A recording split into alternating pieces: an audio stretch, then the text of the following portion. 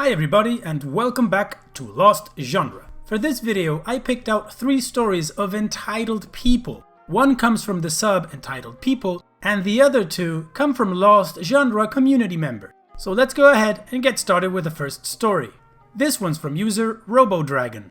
Ever since we were little kids, my cousin, good cousin, and I have been best buds. We lived only a few miles away from one another, so we would bike to each other's houses, play in our backyards, and play video games. Good cousin comes from an extremely wealthy family. Her dad, my uncle, started a business when he was 20 and it has been super successful, to the point there are now several large locations across the globe. Even though this family is crazy rich, they live a very modest lifestyle. The one lavish thing they do is that every 2 or 3 years, they go on a cruise.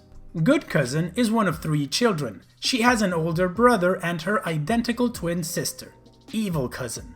Good cousin is kind and generous, while evil cousin is selfish and entitled. Good cousin and her brother never had entitled attitudes. Their parents are also super nice, so evil cousin was always the evil standout of the family. Evil cousin's attitude only got worse as time went on. Eventually, evil cousin got married and had a kid. A boy. Evil cousin's husband is just as nasty as she is, so they were kind of made for each other. Good cousin was afraid to date anyone after a bad relationship disaster, but that changed when she met the man of her dreams, Good Husband, GH. I met Good Husband personally, and he's a giant teddy bear of a guy. He's the perfect guy to help heal Good Cousin's old wounds and give her the loving, happy lives she deserves. Then, nearly 2 years after they met, Good Cousin and Good Husband were engaged. The entire family was thrilled that Good Cousin finally got the man of her dreams, and her father wanted to throw a boatload of money to help pay for a beautiful wedding. For future reference, he did the same thing for Evil Cousin when she got married. Yet, Evil Cousin was not happy about how extravagant Good Cousin's wedding was going to be. Good Cousin wanted to be married at Niagara Falls and invited basically everyone she knew, and her father was going to pay for pretty much all of it. Evil Cousin was furious. She talked to Good Cousin and their father about the wedding and how all the money being spent better not interfere with the family's upcoming cruise. Yes, they still went on cruises together every few years. Their father said that because of the wedding and how expensive it was going to be, the family cruise would have to be pushed back another year or 2. Evil Cousin practically exploded. She blamed Good Cousin for taking the cruise away from her and her precious boy, who was 5 at this point. She said she told her son how they were going on a cruise and now he's going to be upset because his selfish aunt wanted to get married instead of giving him a happy week in the tropics. Evil Cousin even had the audacity to demand Good Cousin to reschedule the wedding for next year so they could go on the cruise instead. Good Cousin, who is normally not a confrontational person, had it with her sister's attitude and told her if she wanted to go on a cruise, she would have to pay for it herself. Evil Cousin and her husband were nowhere near as wealthy as their father, and there was no way he was going to reschedule his own daughter's wedding just to give Evil Cousin what she wanted. Evil Cousin's ranting went on for weeks, flipping back and forth between blaming her sister for ruining her son's year and begging her father for money to go on a cruise because she and her family deserved it. She drove Good Cousin to tears and she ended up calling me up for advice. My only advice to her was to give Evil Cousin, who normally gets everything, nothing. And by nothing, I mean don't invite her to the wedding. Like most sisters would do, Good Cousin wanted Evil Cousin to be one of her bridesmaids, as she was a bridesmaid at Evil Cousin's wedding.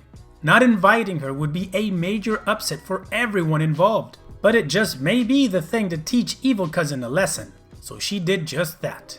Good Cousin called up her sister and flat out told her that if she didn't change her attitude, she didn't want it leaving a sour taste at her wedding. Again, Evil Cousin blew up shouting at Good Cousin, calling her all sorts of names, and again blaming her for the cruise being cancelled. Good Cousin hung up and decided to not invite her to the wedding. The wedding was amazing, and I ended up being the bridesmaid to take Evil Cousin's place. Yes, I was invited to the wedding originally, but good cousin didn't want me to be a bridesmaid only because she knew I hated dresses and I'd rather wear a suit.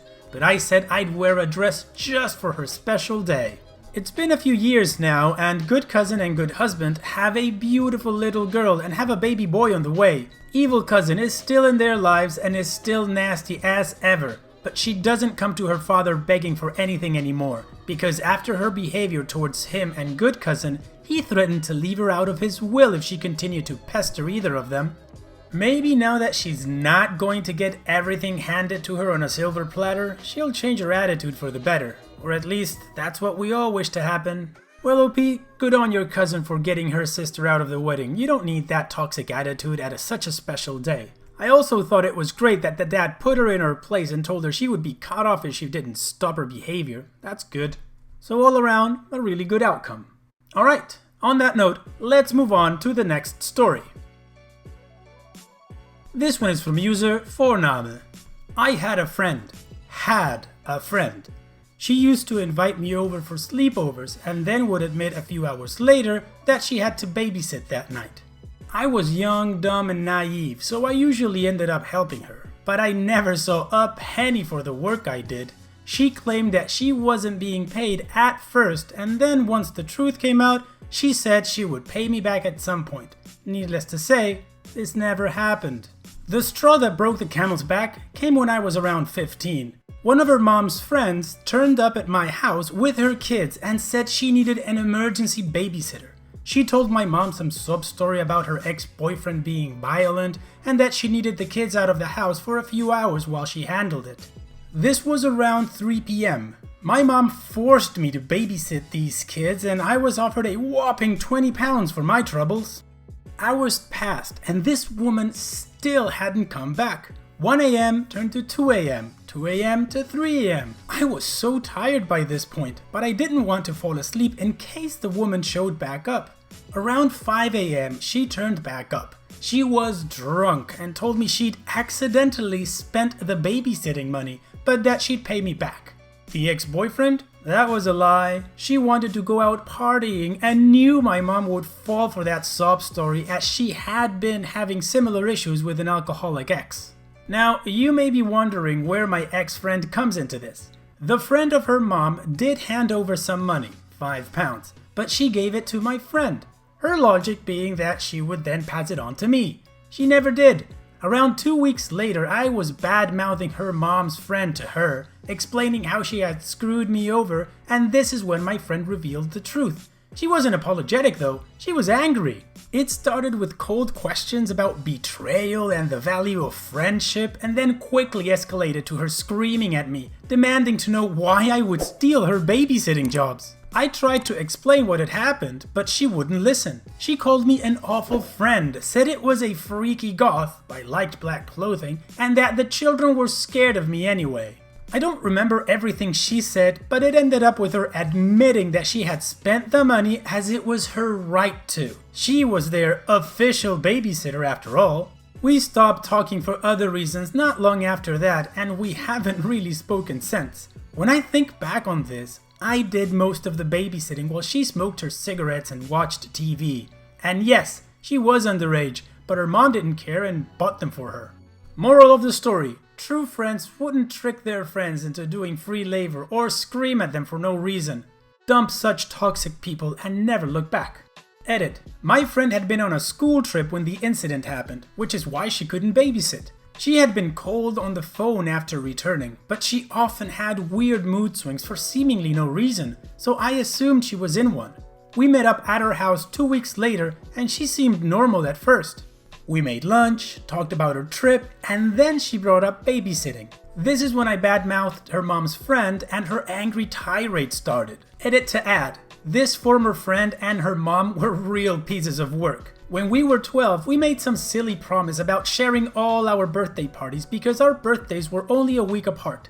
We tried it once, but she and her friends spent the whole party making fun of me and my friends for being weird, so that was the end of that. When I was about 22, I bumped into her mom again while I was back in town visiting family, and she accused me of spoiling her daughter's 21st birthday. Apparently, she couldn't have the big bash she wanted, and that was my fault? She wanted me to give her around 250 pounds in compensation for ruining the day.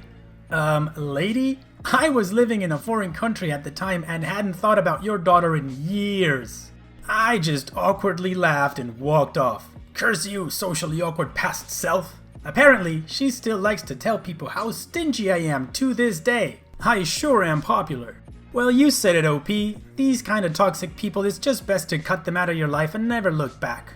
That's some weird logic. She is the rightful babysitter, so she gets the money that you worked for. And the mom saying that you spoiled her 21st birthday after only 9 years of not having them together anymore? That's rich. But I guess that's the kind of stuff you get with entitled people, right? Okay, and now it's time to move on to the final story. This one's from user Nico346i.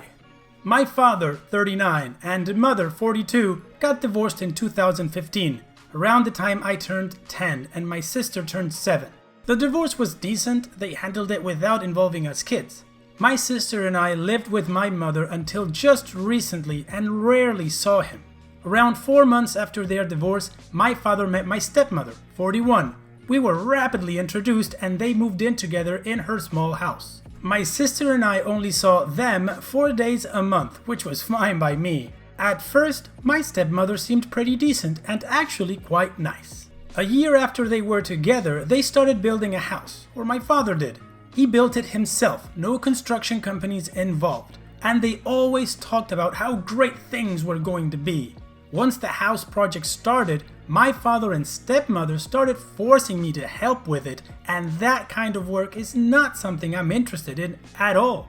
It's not something I see myself wanting a career in, nor is it something I like doing in my free time. So because of this, I started to resent both my dad and my stepmom. I tried explaining that I wasn't strong enough, at 11, to lift or handle construction materials, and that the dust from the construction site made me nauseous. Both my dad and stepmom flipped out on me, and I got even more upset, but kept working on it. Throughout the time I helped them, they would always try to find flaws in the things I did and gaslight me about them. Of course, this led me to the decision that I did not want to live with them at all. If at any moment I would voice my opinion or preference on anything or show any amount of weakness, I would be scolded and something of mine would get taken away. One example was a day we had guests for dinner and I reached out to get a piece of beef. No one else was doing so, and my stepmom went ballistic. She started screaming about how I was always the first one to reach out for food and about how greedy and spoiled I was. I was 11. I politely told her she was wrong and gave examples. Of course, I was in the wrong and got sent to my room and my stuff was taken away. Fast forward a few months, the house was done and my mom started talking about moving 150 kilometers away from where they were to get a fresh start somewhere else with her boyfriend and his kids. Of course, both my sister and I wanted to go with my mom. I love my mom. She is the only parent that has always taken care of us. My sister and I decided to move with her and actually thought it would be simple. Boy, was I wrong. My father took us to court, and thankfully my sister and I ended up having the final word. We chose our mom. I still don't understand why my dad and stepmom wanted to keep us with them. They made it very clear that they didn't want to have us around unless it would benefit them. Later, my mom and stepdad had some issues and we moved to a town close from where my dad lived for a while.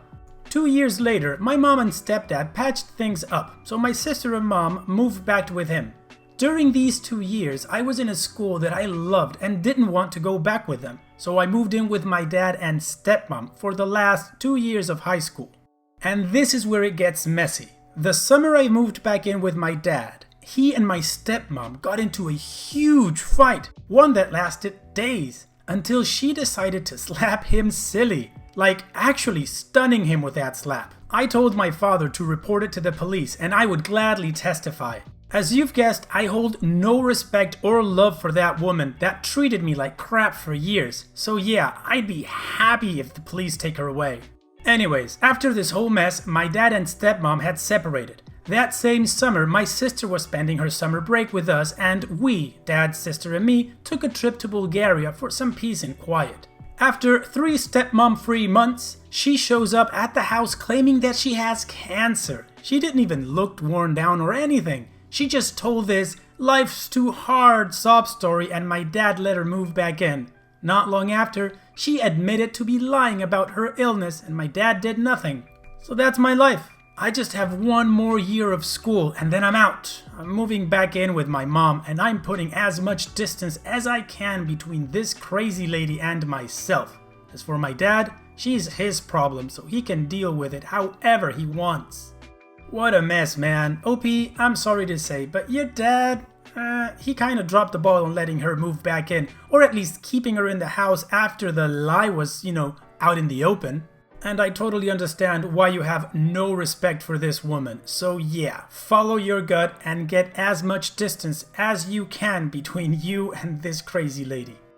And so we've reached the end of the video. I want to say thanks to both Forname and Nico346i for sharing their stories with the community. I hope you guys enjoyed them. And if you did enjoy them, go ahead and click like. If you still haven't subscribed, go ahead and click subscribe. And of course, don't forget to visit the Lost Genre subreddit so that you can cross-post stories you'd like for me to feature in videos or share your own like these 2 users have done today. Alright, and having said all that, I'll see you guys on the next video.